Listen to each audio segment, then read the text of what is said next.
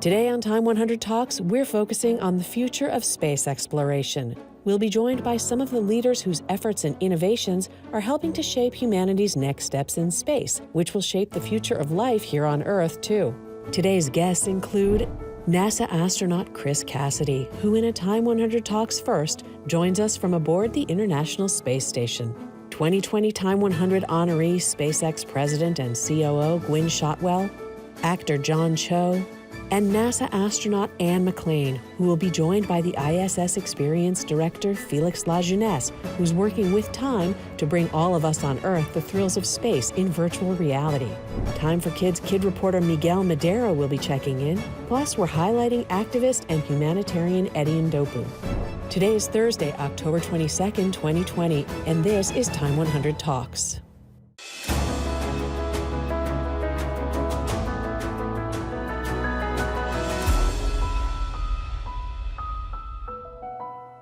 Hi, everyone, and welcome back to another great Time 100 Talks program. I'm Edward Felsenthal, Editor-in-Chief and CEO of Time, and we're so glad you're with us. Today's exciting program is about the journey into space and the next steps we'll take as we continue to explore our universe. Today's leaders and changemakers will discuss the impact of international collaboration and the ways that space travel and life on the International Space Station are shaping our present and our future. At a critical time like this, when science itself is under a microscope, constantly being challenged, these conversations are all the more resonant. Space is a story that Time has been telling since the very beginning, and today we're launching a new chapter. Time Studios has partnered with Felix and Paul Studios to create Space Explorers, the ISS Experience. It's a 4-part immersive series that invites its audience to join astronauts on life-changing missions aboard the International Space Station. I had a chance to see it last night, and it is truly extraordinary. Jeff KLUGER, our space correspondent, whom you'll hear from later in the program, has interviewed countless astronauts, and one of the things they always point out to him is the life-changing nature of seeing Earth from outer space. This ISS experience that we've created with Felix and Paul allowed me last night to have this extraordinary experience that really changes your perspective as you see Earth from space. The premiere episode debuts today on Oculus virtual reality headsets. Its launch coincides with the 20th anniversary of continuous human presence aboard the International Space Station. Speaking of human presence on the ISS, we'll kick the program off now with our first ever Time 100 guest to join us from outer space. He's aboard the International Space Station now, NASA astronaut Chris Cassidy. He'll be in conversation with Jeff KLUGER. Jeff? Hi, I'm Jeffrey KLUGER, Editor-at-Large with Time magazine. I'll be speaking with astronaut Chris Cassidy, who is coming to us live from aboard the International Space Station. Welcome to the show. Hello, Time. Welcome aboard the International Space Station. I hear you loud and clear. Great to be with you today. Thank you so much for having us. It's great to be here. And Chris, I just want to get right into some of our questions. You're currently in your 3rd rotation aboard the International Space Station, long enough for space to have lost a little bit of its novelty. Does it ever feel like just a job to you, or do you still experience what astronauts call the overview effect, looking out the window and seeing the Earth as this indescribably beautiful, indescribably fragile world that it is? Well, that's is certainly an effect that we have.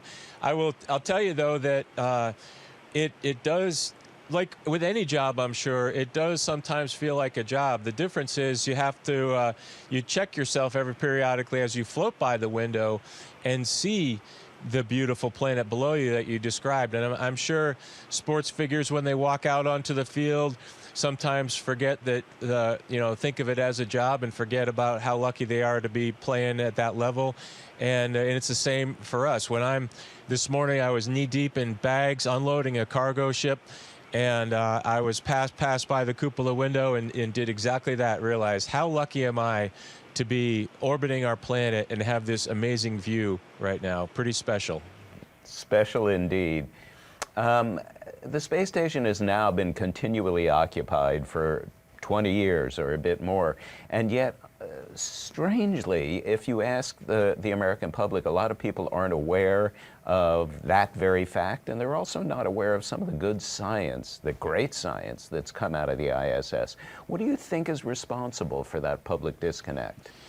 Yeah, that's an interesting thing to think about. And I would argue that there's probably not a lot of public knowledge about laboratories on Earth that are producing great science as well. So scientific output is unfortunately just not on the forefront of people's minds as they go about their daily life and doing their job or their school or whatever the people are doing. And when there's a breakthrough in technology, a breakthrough in scientific knowledge, that gets attention, and at a world-class laboratory on Earth, just like it would up here.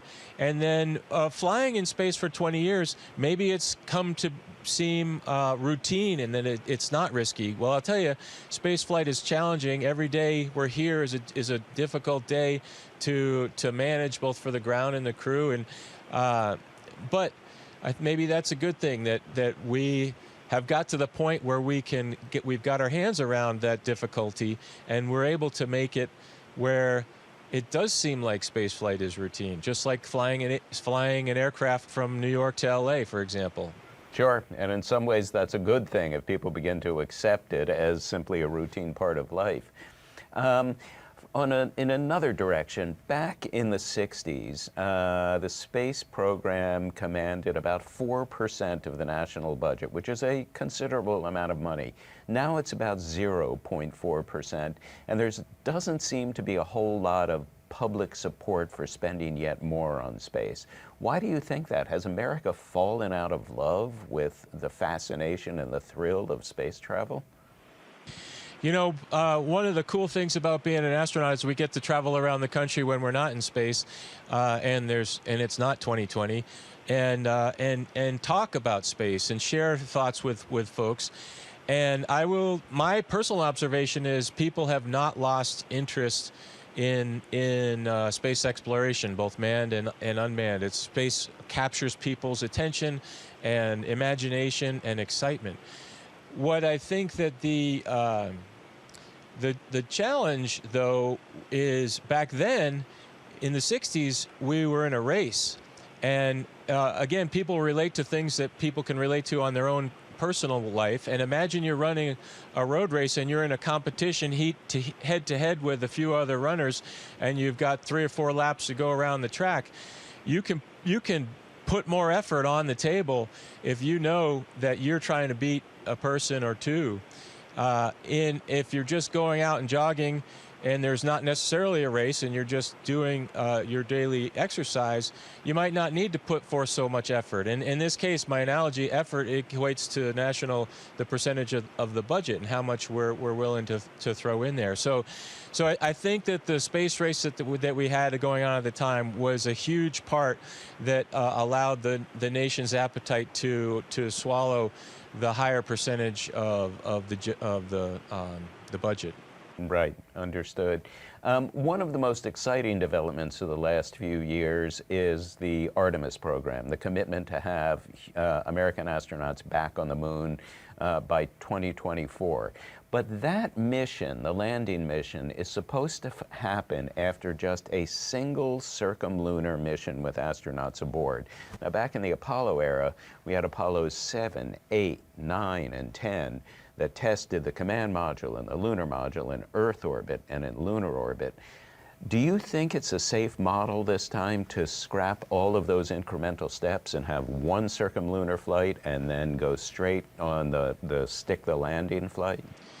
Well, you bring up a good point. There's certainly more buy down in your risk. You have higher safety margins if you fly more test flights. More test flights equates to more dollars.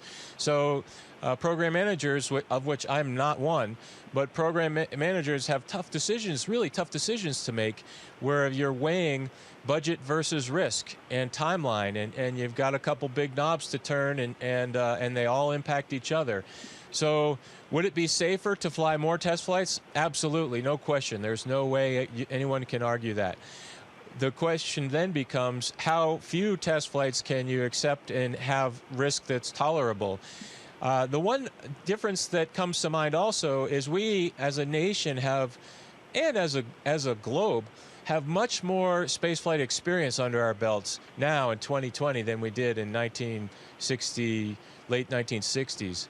So I think that goes a little bit into the equation as well. We fully understand, or we understand the technical side of it. Certainly there's unknown unknowns with any endeavor, but so I think the decades of experience combined with just tough decisions on how to manage time, budget, and technical risk.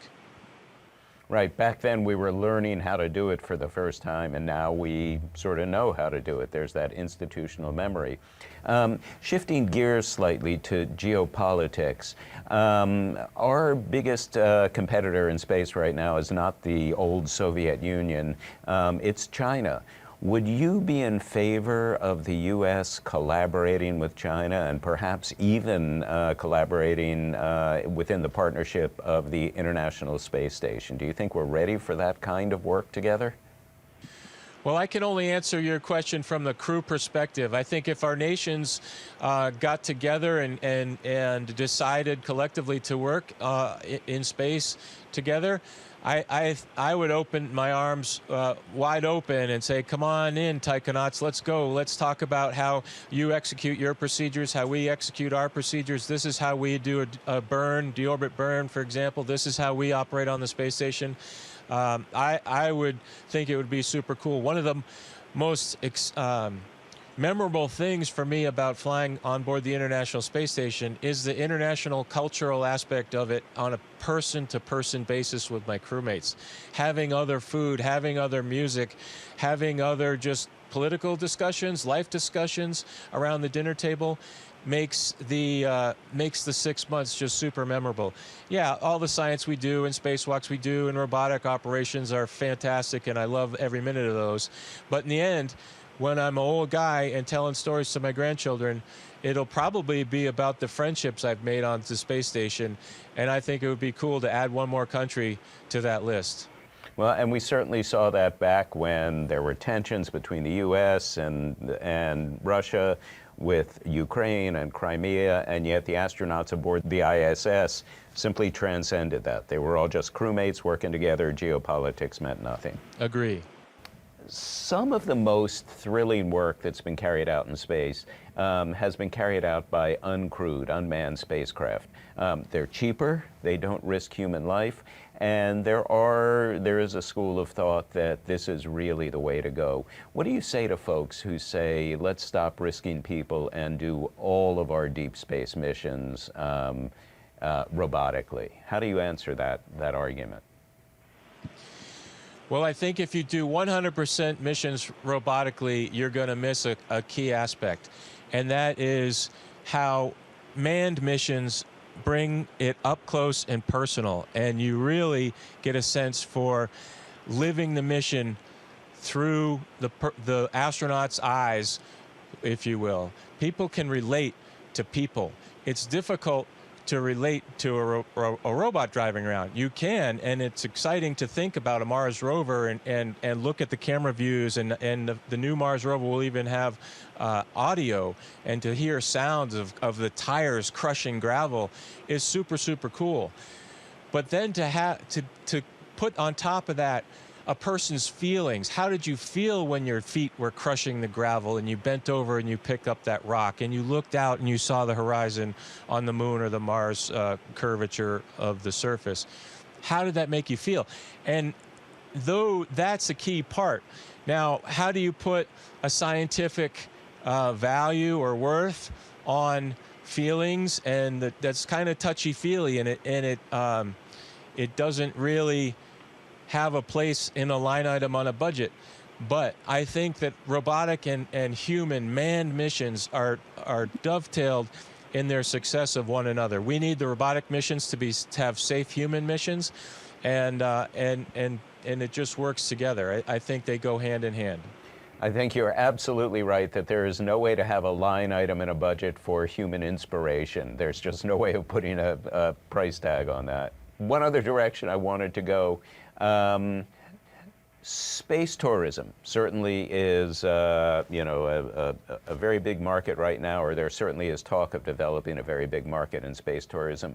And while it's wonderful to think of space hotels and even suborbital flights, the physics of space travel don't change. It is still pretty punishing to tolerate the speeds and the g-forces of going up and coming down. Do you think that average people who may have the money for a space tourism experience can withstand the kind of g-forces and physics that you folks, trained astronauts, have spent hours and hours and hours in centrifuges and planes trying to acclimate yourself to? Well, I mean, is there some portion of the population out there that it's not suited for? Yeah, absolutely. But I do think that as sometime in the future, and who knows how many years or decades in the away that is, it will be something that people can throw a credit card down and buy a ticket, and maybe you just have a small checkout that you have to do, kind of like if you're going to go be a scuba diver. You can do a couple of lessons in your local swimming pool with your dive master and get a card, and now you're certified to go off and dive in the ocean or wherever you want to take it. And so there's probably some type of regulation that goes into it. I'm sure we wouldn't want to just completely open it to anybody, because as you correctly identify, you are subjecting your body to the g-forces going up and the g-forces coming back, and those are not insignificant. But it's something that is very doable. We're just normal people. We happen to be doing this as a profession, but our bodies are no different than anyone else's, and the only difference is we get seen and get a healthy upcheck from our flight surgeons before we strap onto the rocket, and I foresee that some kind of hybrid thing like that being the case. We hear a lot of talk these days about the financial possibilities in lunar mining, but getting material to and from the lunar surface can be awfully expensive. I mean, just putting a pound of payload into low Earth orbit can cost $10,000. Do you think lunar mining will ever be realistic, or that future moon bases will instead be more like Antarctic bases, you know, just fixed research institutions in a very rugged environment? Yeah, this is a little bit beyond my subject matter expertise, but my personal feeling is that it'll be very difficult to ever completely sever the umbilical cord from Earth to a lunar outpost. Do I think that lunar mining is realistic? Yeah. Do I think that it'll supply every single bit of consumables that people or a group of people need? Probably not. So they'll need some sort of logistics and resupply, and the more we can fine-tune our ability to use the in situ resources on the lunar surface, of course, the better off we are, because it brings down the cost of the mission. But it's definitely a challenging proposition. Now, NASA is very committed not just to returning astronauts to the moon, but to the Moon to Mars program. As far back as 1969, after Apollo 11 landed, a crewed landing on Mars was considered about 15 years in the future. And at any given point since then, Mars has always been 15 years in the future. That's where we are right now. The best bet is that sometime in the mid-2030s, we'll be able to have astronauts on Mars. What do you think about that? When do you think we will actually see boots on the red planet? Well, I'm going to be a little bit creative and say it's not 15 years away, it's 20. No, I'm kind of being facetious in there and a little bit of a joke, but it's hard, it's difficult, and it all boils down. Again, this is just my personal opinion about life, but anything technical is solvable, and that the time scale in which you solve that is just about resources and how much. We have a ton of smart people in the world, and if you put all those smart people and unlimited resources on it, we could be on the moon faster than 15 years. Now, there's still some technologies out there that'll help us greatly, and that's different types of propulsion systems that can get us there quicker and that sort of thing, and figuring out the landing and the habitat. So there's stuff that has to be built, and building stuff takes time.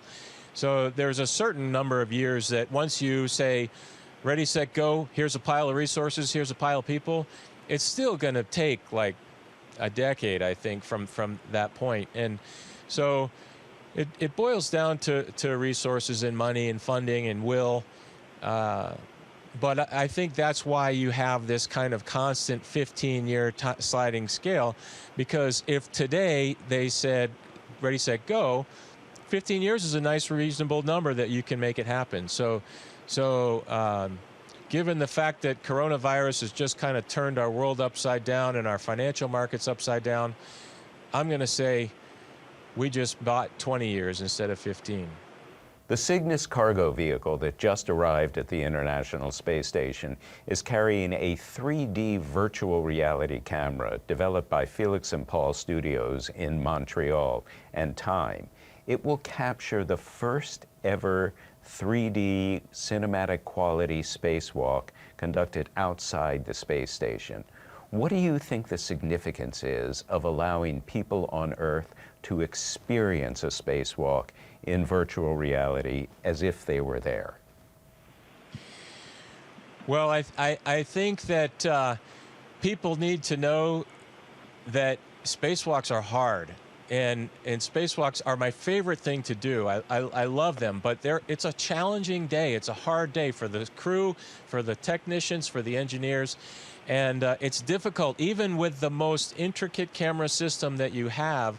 We had the luxury of some HD little mini cameras out there with us this last spacewalk, Bob and I, and those are fantastic images. But what they don't convey, and it's really, really hard to convey, is the blackness of space, the brightness of Earth, the contrast between the two. What does it look like to see 250 miles below you, passing by at 5 miles a second? And oh, by the way, the shiny metal thing that you have in your hand that has serial number 0001, there's only one of them. Don't screw that thing up, because if you screw it up, that whole part of the expedition is ruined. So it's hard to lump all that up into a snowball and throw it in someone's face, but I'm excited for cool cameras to try. That sounds fantastic. Thank you, Chris. We appreciate your taking the time to speak with us today. Thanks so much. I really enjoyed your thought-provoking questions. Have a great day.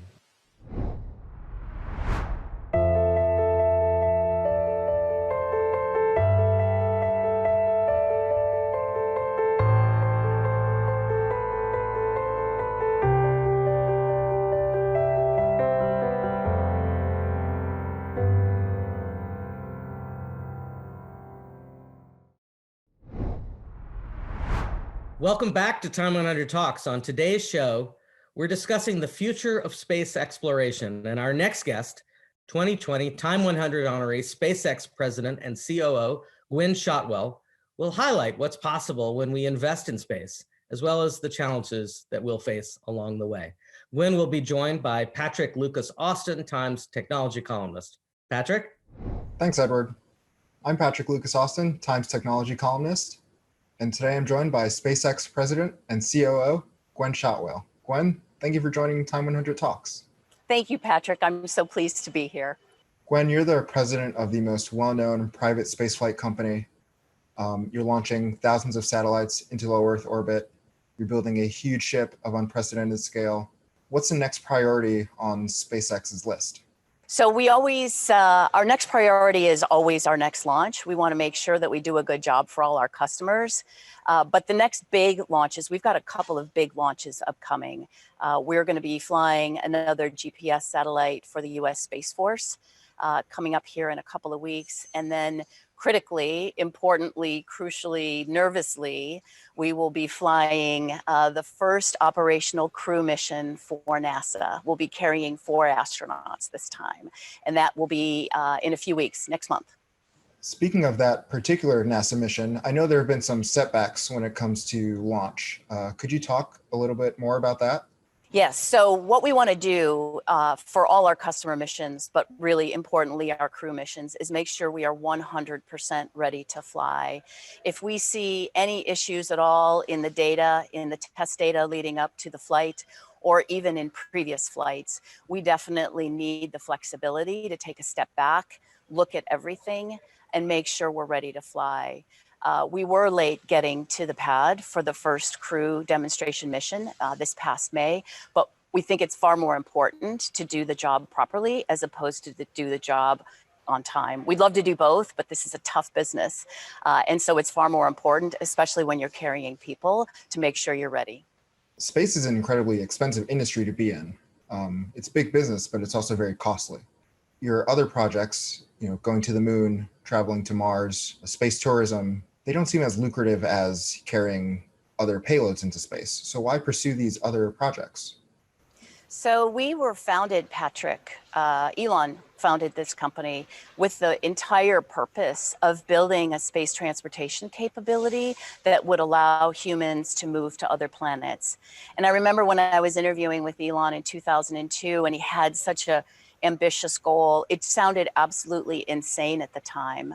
And now, almost 20 years later, it doesn't actually sound that insane. Well, at least not to the insiders, right? Maybe to the public, they're thinking, do I want to move to Mars? I don't know. That seems like a big step. But candidly, transporting people to other planets, I can't imagine a goal more worthy or more important.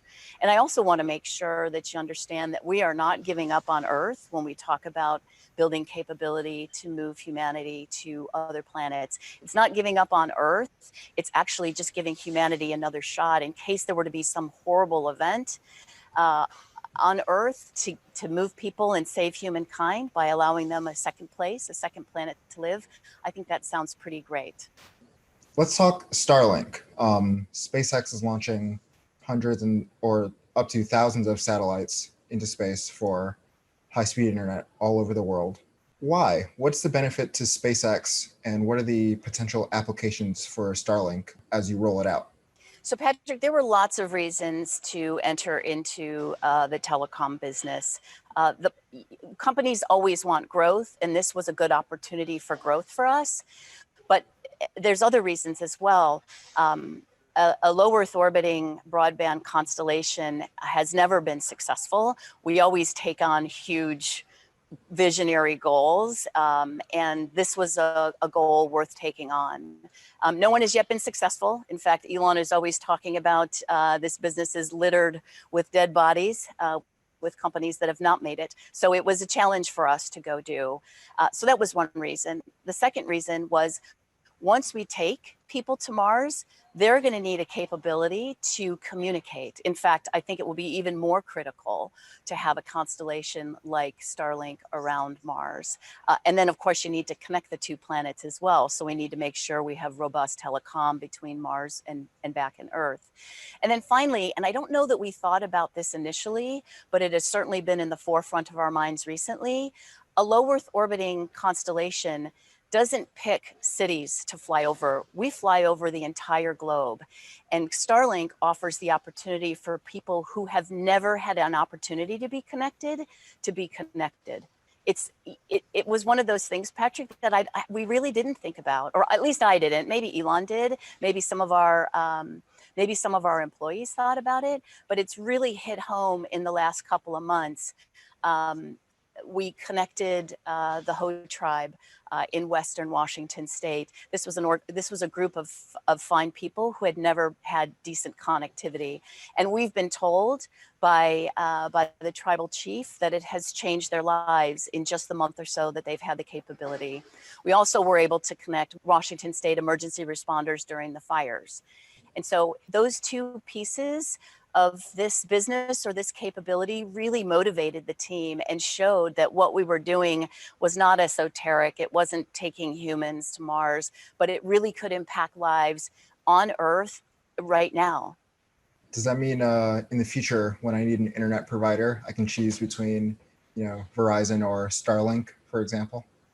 Especially if you're in remote areas, yes. Now, we are not great. Starlink will not be great over cities. You can only put so much capability into a geographic area. And cities are well served in general in the United States already by big telecom providers.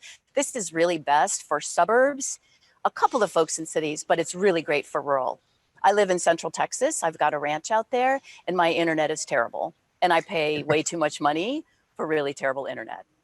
You mentioned that Elon noted the space is sort of littered with dead companies. In a more literal sense, space is littered with a lot of dead things. I'm talking like space debris. Is SpaceX considering any new technology or even new policy to combat the introduction of even more space debris as you launch more rockets and more satellites? In fact, the Starlink program was a great opportunity for us to have a pretty big voice in that and also learn our own lessons. We originally started this constellation at a much higher altitude. That was what we had applied our license to. But when we found that satellites at that higher altitude could be in orbit for centuries or millennia, that didn't sound great to us because there will always be failures of satellites. As you mentioned, there's rocket bodies littering the space environment and dead satellites littering the space environment. And so we've requested to bring the entire constellation to a lower altitude so that these satellites decay much quicker. And in fact, we inject into a lower altitude. So if for whatever reason, right after launch, they're not working well, they come back to Earth. They break up, of course, but they basically leave their orbital positions very quickly. And then I do want to put in a plug for Starship here. Starship is an extraordinary new vehicle capability. Not only will it decrease the costs of access to space, it's the vehicle that would transport people from Earth to Mars, but it also has the capability of taking cargo and crew at the same time. And so it's quite possible that we could leverage Starship to go to some of these dead rocket bodies, other people's rockets, of course, basically go pick up some of this junk in outer space. It's not easy. It's not going to be easy, but I do believe that Starship offers the possibility of going and doing that. And I'm really excited about it. SpaceX recently secured a pretty lucrative contract with the Department of Defense to build missile tracking satellites. I'm curious as to how important the national security industry is to SpaceX's future. So we built a business, SpaceX built a business on the premise that we would serve all the customers that we could that had utility for our product. If you only have a commercial business, then in difficult times, difficult economic times, you end up having to lay off a bunch of staff. And so we wanted to build a very robust business. So we have international customers, we have commercial customers, we have US civil, we actually have international civil customers, as well as the US DoD. So the Department of Defense is a very important customer for SpaceX. But what I think is important, what we actually bring to the Department of Defense is a very broad customer base. So they don't have to pay all our costs like most defense contractors. We get to kind of spread the overhead over lots of customers to try to keep our prices low in quotes, because as you mentioned earlier, space is still quite expensive. So I think it's really important to have lots of different customers. It's really the responsible way to have a business, I think. Does that broad customer base make it easier for you to entertain the ideas like space tourism and travel to Mars? So space tourism is an interesting business area. The market is not there yet, and we have never counted on tourism as a market for our business. I do believe that it will be a business. I do believe it will be a great business. And I think it would be great for people to have the opportunity not only to travel across the globe and around the globe here on Earth, but also to be able to travel to low Earth orbit and other planets. And you know, the important thing about what we're trying to do with rockets is to make sure that both the first stage and the second stage are fully reusable. Think about the cost of air travel if you only use the airplane once and then tossed it. Most people would not be able to afford air travel. Most people right now like the vast majority of people cannot afford space travel because rockets have always been throwaways after the first mission. So our focus on reusability is key to allow more people to have that experience. It's still expensive, but we're working on it. We'll achieve our goal when space travel is as inexpensive as air travel, and we certainly hope to get there. Have your employees voiced any concerns about working on a military contract? You know, I've had a few employees just ask questions. I've not had anyone express any concern about the work that we are doing. They have expressed some concern about building weapon systems, but we're not doing that. We're providing space transportation capabilities. Even the satellites for missile tracking, we're there to watch what's happening on the globe and basically detect and track any incoming missiles. Candidly, I'm on Team USA, and I think a strong military is the greatest way to be able to peacefully negotiate settlements when inevitably that occurs. So I'm deeply grateful for the U.S. military and for the fact that they want to work with us. I think working with us can help them understand new ways of doing business, decreasing the cost. I think is also important so that tax dollars can go to other very important projects as well. Today we're talking about the future of space exploration. What sort of advancements or accomplishments are likely to happen in the next 10 years that might surprise somebody watching today? What do they not know is happening right now? So I always feel like, since I live and breathe SpaceX and space exploration, that everybody knows what I know, but I know that that's not the case. I do believe that people will be able to travel into space that are not billionaires. That will happen in the next 10 years.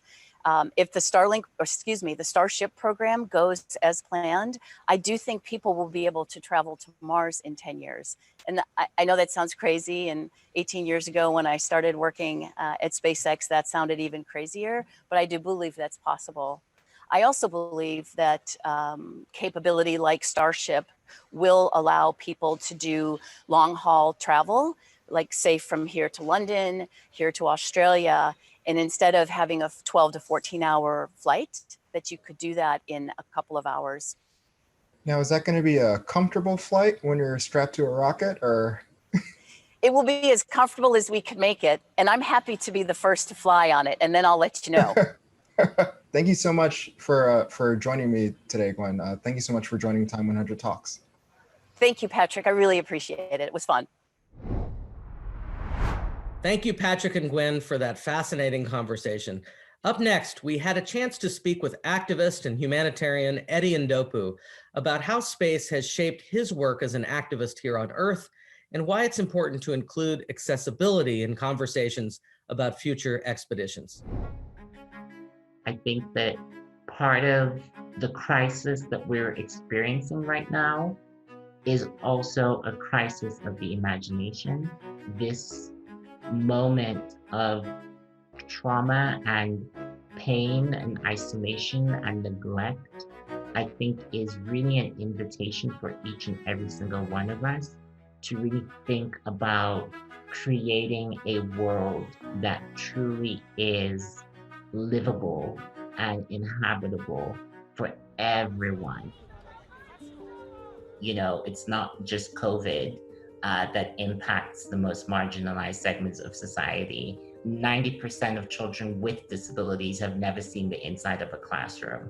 And as a disabled African who has since graduated from the University of Oxford, I feel a deep moral obligation to shine a spotlight on the untapped potential of such a large segment of society.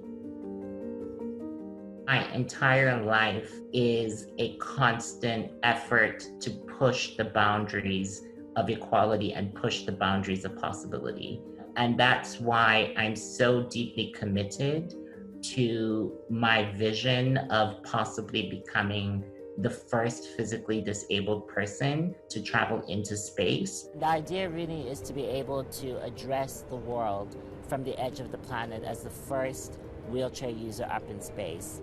What I'm seeking to transcend are the social and cultural impositions that society places on people who are different. Part of what I want to do through my advocacy is really a love letter to the power of the human spirit, to the tenacity of disabled people, of queer people, of Black people, of women, of all people who have ever found themselves in situations where they were not made to feel welcome or included. If we can push the boundaries of accessibility in space, we can push the boundaries of equality and dignity here on Earth as well.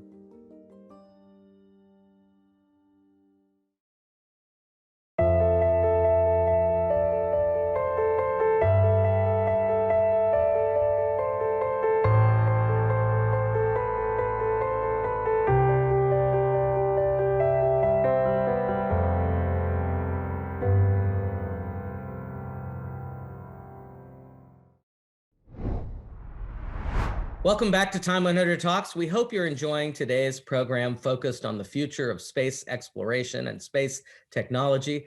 Still ahead, we have NASA astronaut Anne McClain and the ISS Experience director, Félix Lajeunesse. But first, we're speaking with actor John Cho, who will be joined by Time's Reza Bruner. They'll discuss the importance of making sure the spacefaring stories we tell are inclusive and reflect all those who will shape our future. Hi, I'm Time staff writer Reza Bruner, and I'm joined today by actor John Cho. Thanks for being here for Time 100 Talks. Yeah, pleasure. Thank you so much for zooming in all the way from New Zealand, where you're currently filming Cowboy Bebop, which happens to be about intergalactic bounty hunters. You're no stranger to these kinds of sci-fi stories. Famously, you starred as Sulu in the recent Star Trek movies. So what have you learned from these experiences about alternate futures beyond this planet? What have I learned? You're starting off with a doozy. Yeah. I guess, in particular, Star Trek, I've always felt that it was sort of a representation of what was best about American ideals, sort of multi-ethnic group of people who were coming together in the name of science and exploration. That imagery could be, sort of viewed in a colonial context versus a scientific context.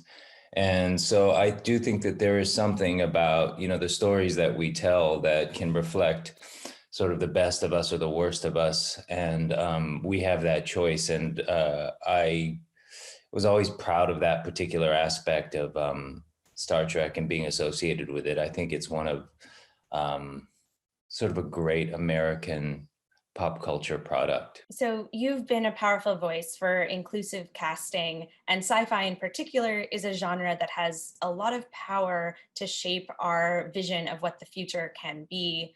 Why do you think it's important to see versions of our spacefaring future that reflect the diversity of voices that might help shape it?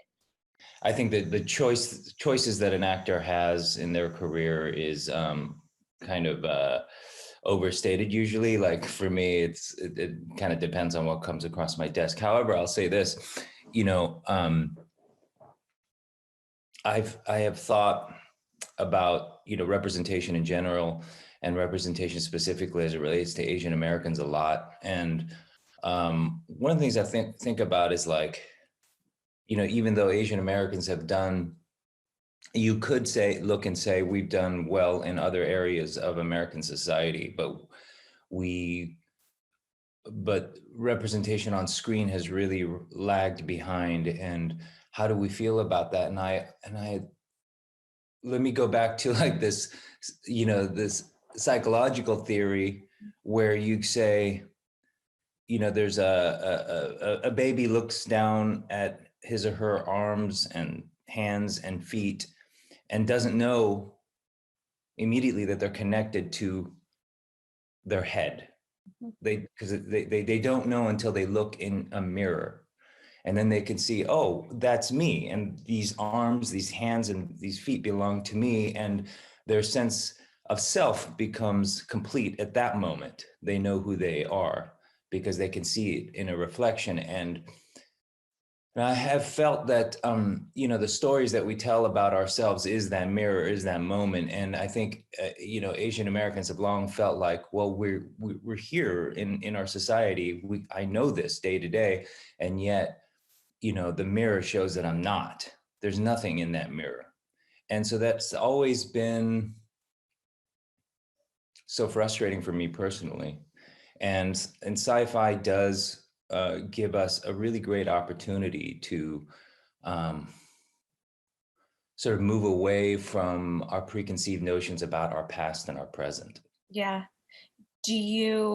Are you optimistic about how the industry is moving in terms of its reflections of specifically Asian Americans on screen, but also, a wider range of narratives? Sure. I mean, in the sense that I feel like what the industry makes is reacts to what, to a large extent, what society expects. And I do think like it is much easier for younger viewers, younger consumers to accept more multicultural stories. So that's awesome. I used to not be optimistic, even as recently as 10 years ago. And lately I've been feeling some notes of optimism. And it's because of technology has sort of eradicated a lot of gatekeepers, and content makers have much more direct access to viewers. And then I think that the internet has really made different faces much more accessible, much more present in our day-to-day lives. It almost sounds like you're outlining a potential sci-fi future of our own with those kinds of pieces. We are in the future. We are in someone's future right now. That's true. So you have talked about this kind of stuff for your whole career, and I know it's been really important to you to normalize the vision of Asian Americans on screen in all kinds of roles and to deflect stereotyping. Do you get tired of having that responsibility of being that person? How has that also shaped your approach to your career? In general, I don't put that responsibility on myself. It has always been a personal choice for me going, and I don't have a whole lot of power. It was really just me saying no thanks to roles that I felt were denigrating. Sometimes, they were written in good faith, but I felt like they could be taken the wrong way even. And so that's just a personal choice that I felt. And I was always sensitive to the fact that growing up, I really felt that absence of positive Asian American characters, in entertainment. And so I just tried to behave and take roles in a way that my younger self would approve of. And that's really been it. It's only like lately that it's become more of a political thing in my head, but yeah. I want to go back. You mentioned that in the last 10 years, your sense of optimism has shifted. And I'm curious if there was anything specific that precipitated that shift to you. I think that the business has changed so much and it's become so decentralized. And whereas that has had some negative effects, I think, in the aspect that we're speaking about is positive. The truth has really come out, like you can really distinguish yourself with an interesting cultural story that stands out from the pack rather than the opposite, which was that's out of the norm. We need this norm in order to sell a show that has to be seen by 30 million people, each week. And so I feel like there's space now that didn't previously exist for those kinds of stories. In fact, you can distinguish yourself in the marketplace instead of getting lost in it. What kind of goals are you setting for yourself these days in terms of your work or the choices you're making? Well, that's a rapidly evolving question or answer. as 2020 has been the weirdest year of my life. And, I've done some thinking about that recently. I would say that the most important thing now is, I said that before. I said that it was family before, but I don't know that I really meant that until now, because, it is the only thing that matters now is can I be with my loved ones safely? And so as productions are gearing up and, the industry is waking back up and trying to get going. For me, what's going to dominate my decision making is safety. Yeah. That's it. Yeah. You wrote in the spring a really powerful op-ed in the LA Times about the experience of being Asian American during the pandemic when anti-Asian hate crimes were on the rise. And I'm curious, you just mentioned safety. There's the health side of it, but also the social side of it. Are you still worried about the experience in the US of your family, of your parents? Yeah, really taking a step back from even social media, engaging and become very, very insular. I'm certainly still worried about it. The president and an increasingly broad array of politicians are referring to it as the China virus. Unfortunately, history shows that these things tend to make people look for scapegoats. Traumatic events make people look for scapegoats. And, it wasn't that long ago that Vincent Chin, who's Japanese American, was beaten to death with a baseball bat in a McDonald's parking lot, blamed for the Japanese takeover of the auto industry. It wasn't that long ago, really, that, Japanese were interned. I'm just mindful of that, and we'll see how the next year goes, but it's something that I'm always monitoring, I guess, for lack of a better word. Yeah.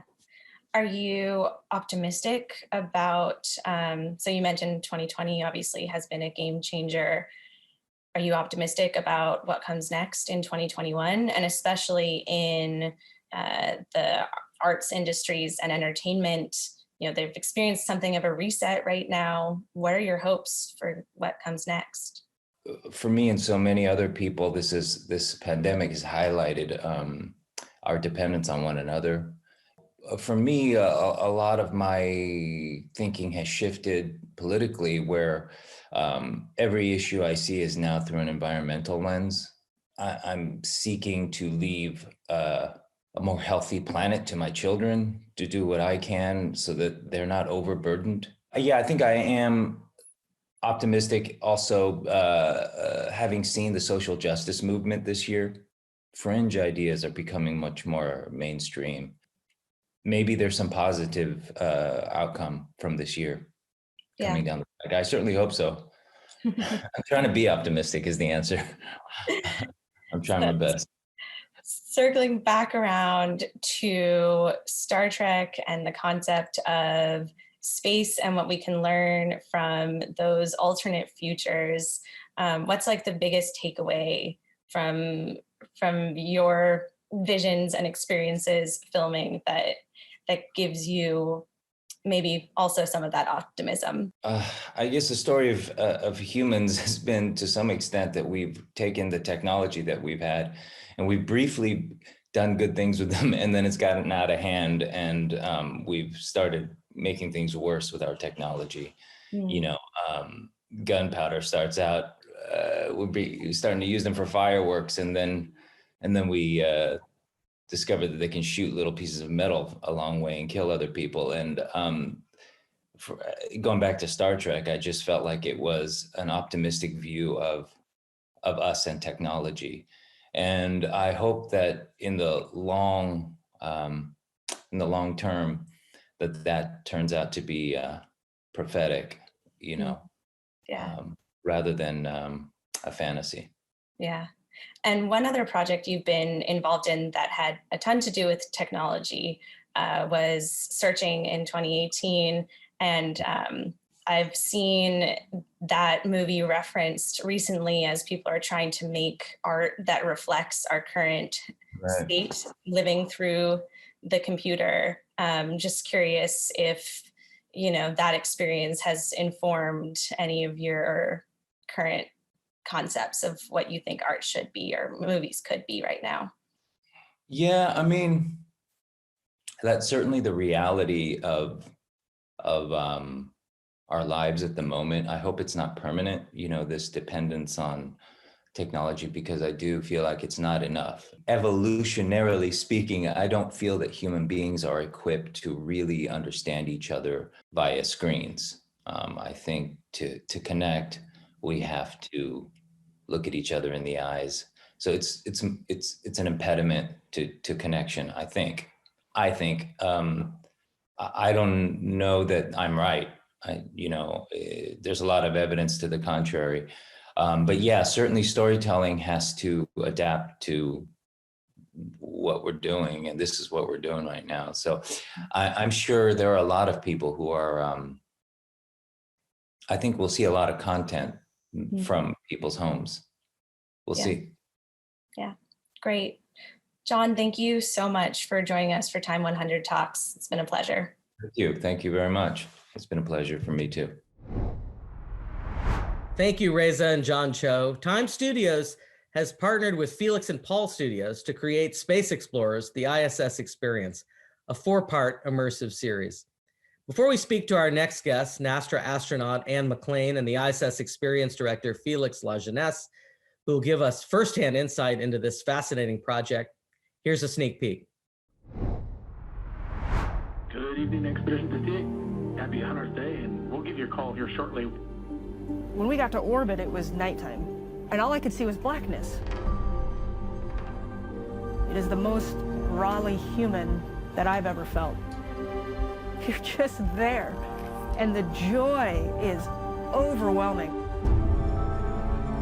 We're more than just going to space for a dangerous trip like we used to. Now we live here. The sooner you can remap everything to be 3D, the quicker you'll be able to move through here.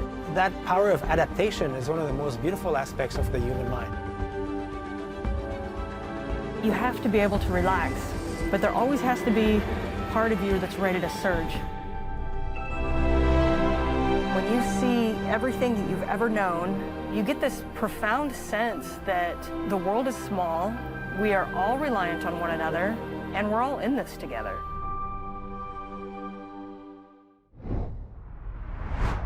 Hello, everyone. I'm Alice Park, Senior Correspondent with Time, and I'm joined today by astronaut Anne McClain and Félix Lajeunesse, the director behind the ISS Experience, an immersive documentary series filmed on and around the International Space Station. This series is a collaboration between Time Studios and Félix and Paul Studios, and the first episode debuts today on Oculus. Anne and Félix, welcome to Time 100 Talks. Thank you. Thanks for having us. So both of you are involved in this project bringing virtual reality to the space station. And Félix, I'd like to start with you. Can you tell us about the ISS Experience and why you feel it's important to capture life in space in VR? So Space Explorers, the ISS Experience, is an immersive series about the reality and challenges of life in space. This is a project that has been produced over a period of 2 years aboard the International Space Station in cinematic virtual reality. And it's considered to this day the largest media production ever filmed in space. We had the opportunity to work with 8 international astronauts for this production, including Anne McClain. And the project is really designed to make audiences feel like they're there, living in space alongside the astronauts. I think it's important to talk about space exploration for a number of reasons. First of all, I think that astronauts in space and their perspective in relation to watching the Earth from above and what it triggers emotionally and psychologically inside of them, I think that is extremely inspirational, extremely powerful, and something that we want the world to hear about today, especially given the context of the world as it stands today. And it's one thing to hear astronauts talk about that. That's pretty powerful in itself, but it's a whole other thing to actually feel like you're there with them, experiencing that with them simultaneously in real time. And so I think that that's what this project brings to the table, is to really transcend the screen and sort of give audiences around the world a ticket to go to space and to live with the astronauts in a way, and to get that unique perspective on the world that the astronauts live in and on our human world down on Earth. And you're a lieutenant colonel in the US Army, you're a helicopter pilot, flew missions in Iraq, and you now also have the distinction of being one of the first to use a virtual reality camera in space. From your perspective, what part of life in space did you feel as an astronaut was most important to capture for people to experience and understand?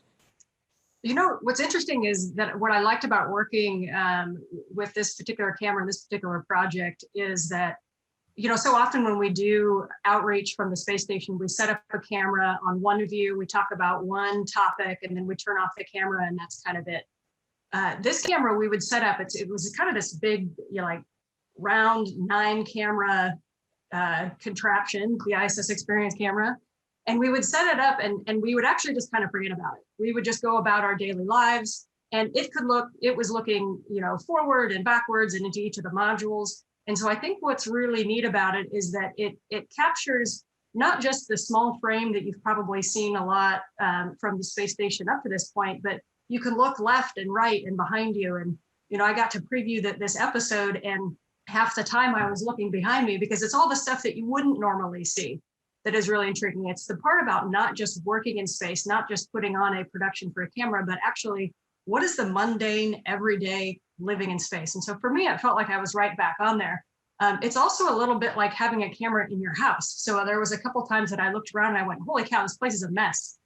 We should have picked that up before we filmed, but it really does immerse you back onto the space station. Did you have expectations, Anne, going in about what you wanted to or thought they wanted to film? And did those things change when the camera actually arrived and the filming actually started? Yeah, so we had, you know, you guys came up with Félix and his guy came up with this big list of like things that they would be interested in, but they gave us a lot of free rein to say, hey, we don't really know what we're not asking for. So go ahead and set it up at other times. So we said, hey, let's set it up for a movie night. Hey, let's set it up when there's 2 of us working here. Let's set it up while one of us is doing an interview and somebody is literally floating around right behind him and working, because, hey, that's what we usually do. And so when we first got the camera, we were treating it more like a normal camera, a normal PR. We were saying, let's dedicate something to the camera. But I think some of the best shots that I saw during this first episode were ones that we just said, hey, the camera has 45 minutes left of battery life. Let's just leave it on and let it capture whatever it happens to capture. And those are some of the scenes that I think that it really got incorporated when we weren't really paying attention to it anymore. Félix, I've had the pleasure of seeing the first episode, and you're an Emmy Award-winning director specializing in VR experiences, but all of them have been on Earth. It struck me, how did you do things like location scout and set up shoots when you're 240 miles from your subjects?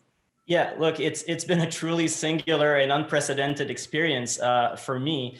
So first of all, well, NASA has been very helpful in providing to us, you know, documents and 3D models that would allow us to understand the environment that we're filming in, even though we're not physically there, like the astronauts. So generally, the way that would go is that we would come up with ideas, a series of ideas for scenes that we want to capture in space, and ideas for where we want the camera to be positioned, in which orientation, because you can always change orientation, right? You're in a microgravity environment, as well as notes in regards to lighting. But then once that brief gets relayed through NASA to the astronauts in space, they really become the ones in charge because they're the only people up there.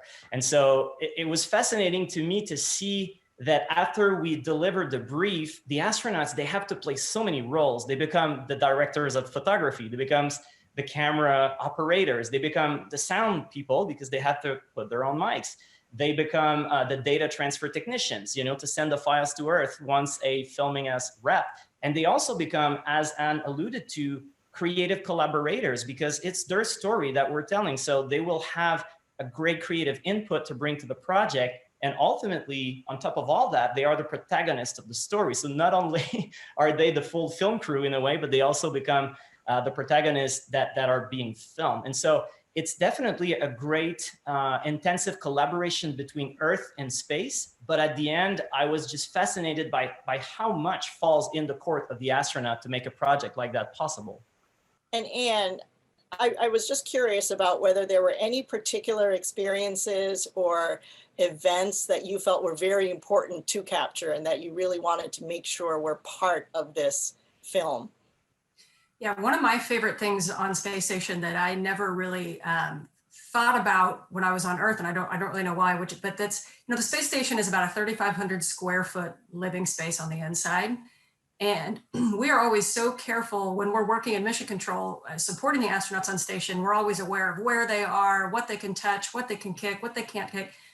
But what's interesting is that when all the cameras go off and all the science, the day-to-day science kind of halts for the evening, and you turn the lights off, you're living in the exact same place that you were just working all day. So the same place that had 100 eyes on it just a couple hours before, it's now your living room.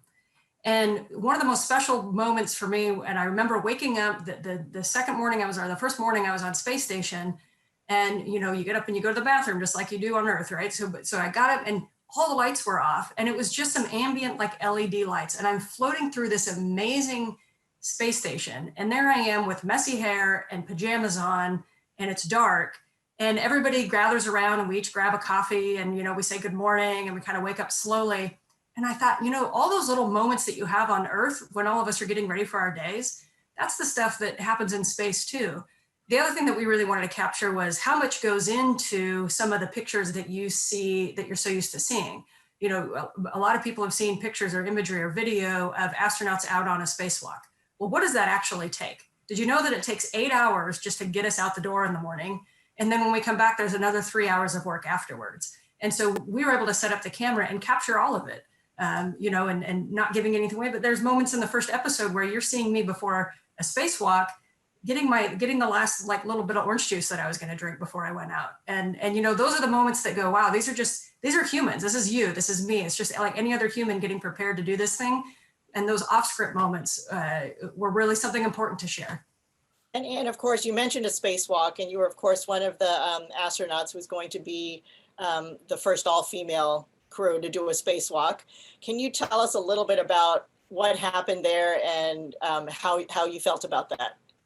Yeah, I felt great. That was actually my call. I was the U.S. lead up on Space Station, and as part of the U.S. lead, one of my responsibilities is to mitigate risk at all times. And I was a helicopter test pilot before this, and we always look at 100 different sources of risk for any high threat operation that we're going to do, whether it's doing a spacewalk or whether it's flying a helicopter. And what you always want to do is evaluate everything. And then you want to make sure that your risk posture, that you never accept a risk that you can mitigate, right? And our crew mixes are one way that we mitigate risk. And so, to be honest, when I was looking at the crews and I was looking at the tasks and I was looking at who was doing what, and we talked to my crewmates, and I said, it just makes sense to swap these two. It actually gives us a better, it reduces our risk. It never even crossed my mind. Gender never even crossed my mind. And I called down to the ground and I said, hey, I think we're going to swap the crews on these ones. And the ground team looked at it and they said, yep, that's great. And it wasn't until a day or two later that somebody picked up that it was supposed to be the all-female one. It was not something that crossed my mind. And maybe that's actually a good sign for everybody, is that, I was the lead, it was my decision. I made that decision and we all went on with the mission. Because the thing with NASA is we don't set out to make records. We don't set out to make news. It's what we set records along the way by accident. But in order to do so, we always have to be focused on the mission. And so that was a mission decision. It wasn't disappointing. Everybody did the same amount of spacewalks that we were all supposed to do. It's interesting to me how it's been portrayed in the media. I think it was a real success story, and we later had the Jessica and Christina doing the all-female spacewalk later that year because they were the best crew members and the best pairing to go out on that day. And Félix, of course, in January, as part of ISS Experience, you're planning probably your most ambitious shoot yet, filming that spacewalk in VR. So why is capturing that so important? Well, the experience of the spacewalk in general, when you look at an astronaut's mission, is certainly a climactic point. I mean, a lot of the astronauts have testified that to us. You know, it's also really great to be inside of the space station, but you can't help thinking, hey, what would it feel like to actually step outside in the vacuum of space and be there, you know, flying above the planet with the astronauts? And that has been an image that we've been, you know, thinking about since we started this project. So we actually had to design a separate camera system that we call the outer space camera that was just sent to the International Space Station about a few weeks ago. And that camera is designed to operate in the vacuum of space. So that camera is going to be taken out of the space station. It's going to be attached to the Canadian arm, which we will use as a sort of a quote unquote giant cinema crane in space. And we're going to be able to follow a full spacewalk from the moment the astronauts come out of the space station, following them at the different work sites where they will go on the space station until the moment that they come back. And so I think audiences will get to experience really being there with two astronauts, because the camera will generally be at a 7 to 8 feet distance from the astronauts. So it will make you feel like you are the third crew member performing that spacewalk. And then the camera is going to spend a few additional days outside of the space station to film planet Earth and to film exterior shots of the space station as well. And so that's going to conclude the sort of 2-year of photography of the ISS Experience. And that will be the end of that filming process. So we're finishing with the most, I guess, challenging and risky filming process, I guess. And I know there's probably a lot of complexity that goes into that, but I'm just very curious about what additional issues or challenges you have for an outer space camera versus the one that's inside the space station. Well, first of all, the camera is subjected to, you know, the absence of pressure of space. So that's one thing. And then there's a huge delta of temperature. So the electronics need to be able to function, you know, from minus 100 degrees Celsius to plus 100 degrees Celsius. And so the camera needs to be built in aluminum covered in Teflon to be able to resist those pressure temperature changes. And so that in itself is a huge challenge. It's a very hostile environment for any electronics to really work. And so we need to really design the technology in a way that will be able to resist the vacuum of space. So that has been obviously a huge part of this process, is designing that technology and building it and testing it over months and months to make sure that it's going to function before it actually flies to space. And I'd love to ask your perspective. You're obviously a very well-trained astronaut, spent many years training. How far away are we from the American public being able to live for a sustained period of time in space?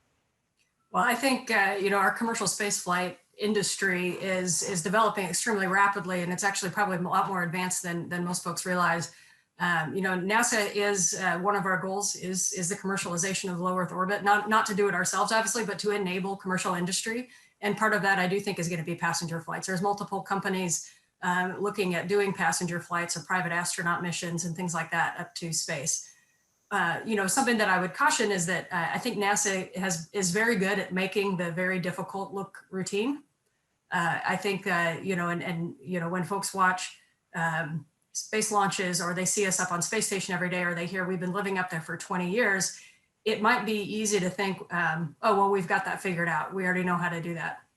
What I think we've gotten good at is problem solving. And we have a multi-layered problem solving technique with our mission control systems, having backup mission control systems. And every single week there is a problem that has to be solved in a very creative way to continue to sustain what we're doing. And so, you know, we want to enable the safe exploration of space and visiting of space by everybody, right? I would love to see passenger flights up to space. There are certain safety measures that have got to be put in place, because what we're doing every day certainly is not routine yet. Félix, you've also mentioned how your goal is to bring people to space and give them the experience of being there without actually going. How do you personally feel about space travel? And given the opportunity, would you also be interested in spending several months in space? Yes, I would definitely love to do that. Look, I chose a career as a filmmaker, and then as I started creating films, eventually I became more and more interested in immersive filmmaking. which led me to eventually virtual reality filmmaking a couple of years ago. And when Paul and I, the co-founder of Félix and Paul, when we started to really play with the medium of virtual reality, and when we discovered the immersive power and the sensation of presence that this medium could provide, we immediately thought about space, and we said, we have to find a way to get that technology and that medium to space. And we have to make that the technology that will enable billions of people to actually virtually travel to space. And since then, we've been working relentlessly to achieve that. So I believe that my involvement in human space exploration is going to be creating that access, that media presence-based access to space. Not going there myself, but enabling people to go there virtually. I want that to be my contribution. And before we wrap things up, we have one of our Time for Kids reporters, Miguel Madero, who would like to ask Anne a question. Miguel, go ahead. Hi, I'm Miguel, a TFK kid reporter, and my question for you, Anne, is, I'm really interested in astronauts and space. So what advice do you have for kids like me? And what role do you think young people should play for the future of space exploration?